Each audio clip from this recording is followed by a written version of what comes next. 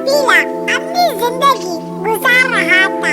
उन्हीं खेमों के दरमियान एक बच्चा पैदा हुआ जिसे दुनिया बाद में औरहान गाजी के नाम से जानेगी।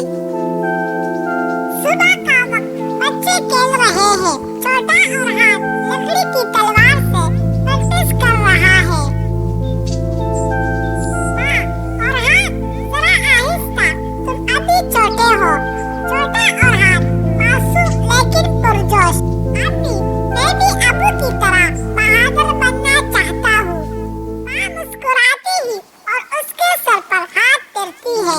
माँ, बहादुरी सिर्फ तलवार से नहीं होती, इंसाफ से होती है।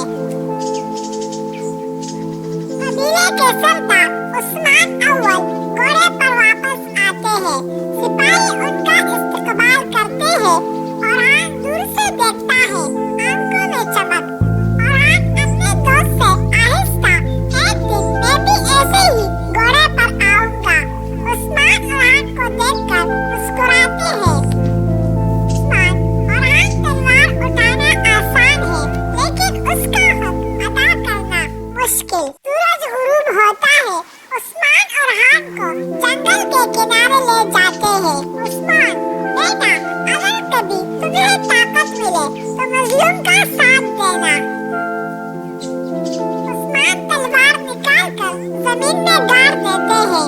उस्मान, ये तलवार सिर्फ जंग के लिए नहीं, इंसाफ के लिए है।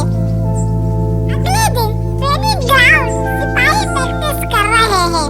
उस्मान अपनी तलवार निकालते हैं और औरहान की तरफ बढ़ाते हैं। उस्मान, पकड़ो।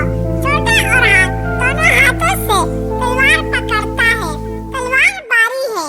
इस लम्हे सिर्फ एक तलवार नहीं, एक जिम्मेदारी औरहान के हाथ में दी जा रही थी। औरहान मुश्किल से तलवार सीधी करता है।